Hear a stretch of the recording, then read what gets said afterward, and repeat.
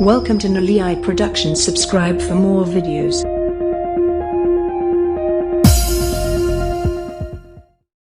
السلام عليكم ورحمة الله تعالى وبركاته. دعوة waa bahdina leh oo idin soo jeedin doonta qiso jaceyl oo aad u xanuun badan. waxaana idinla socodsiin doonaa anigoo ah haji. u soo dhawaada qisada qaybteedii koowaad. jaceylku waa dareen qof si ayuu u dareemaa. naadiyo waxay mar waliba qarashiin jirtay nageeye si ay u dareensiiso jaceylka ay u qabto. mar waliba oo ay meel isku raacayaan waxay teelkiisa ku tuuri jirtay lacag si uu uga bixiyo gaari raaca iyo shaaxa ku baxaya labadooda. mar waliba oo uu teelka ka soo waco kama aysan qaban jirin, waa ay ku damin jirtay si ay iyada u wacdo. marka uu u soo baaqana ma wici jirin iyadoon ugu shubin kaarka hadalka.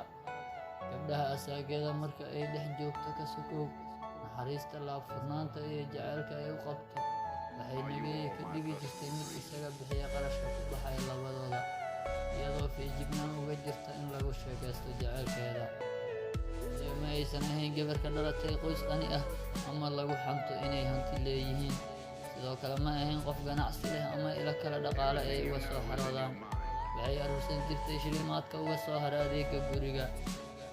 nageeye iska dhaaf inuu jeclaa naadiyo, xitaa ma aaminsanin inay iyadu jeceshahay.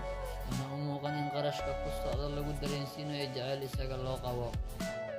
waxa uu mar walba uga sheekay jiray asxaabtiisa in naadiyo lacag siiso. waxa uu tus jiray fariimo muujinaya lacagihii ugu dambeeyey ay u soo dirtay.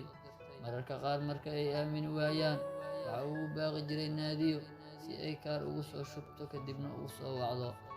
waxay ahayd gabar aad u qurux badan, heerkeeda waxbarashada gaarsiisnaa dugsi sare, mana aysan ku fikirin inay waayi doonto nageeye oo ay waqtigeeda ugu badan gelisay si ay ku heli lahayd. naadiyo way adkeed inay kaa dhegaysato waxa uu nageeye ku dhaqmo marka uu asxaabtiisa dhexda ka joogo. nageeyena uma muuqan mid qalad dhexda kaga jira. muddo dheer kadib naadiyo waxay go'aansatay inay si toos ah ugu sheegto jaceylka ay u qabto nageeye. waxay ka soo wacday teelka nasiib darro isagoo dhexda kaga jira asxaabtiisa. waxayna ku dhahday meel gaar ah tag, wax baan kuu sheegayaa. nageeye waxa uu damiyey teelkii, waxa uuna asxaabtiisa ku wargeliyey inay aamusaan si uu naadiyo u dhaho waan joogaa meel cidla ah. ayaa markala soo wacday nageeye, waxa uuna sameecadda u furay asxaabtiisa si ay ula dhegaystaan waxa ay u sheegayso.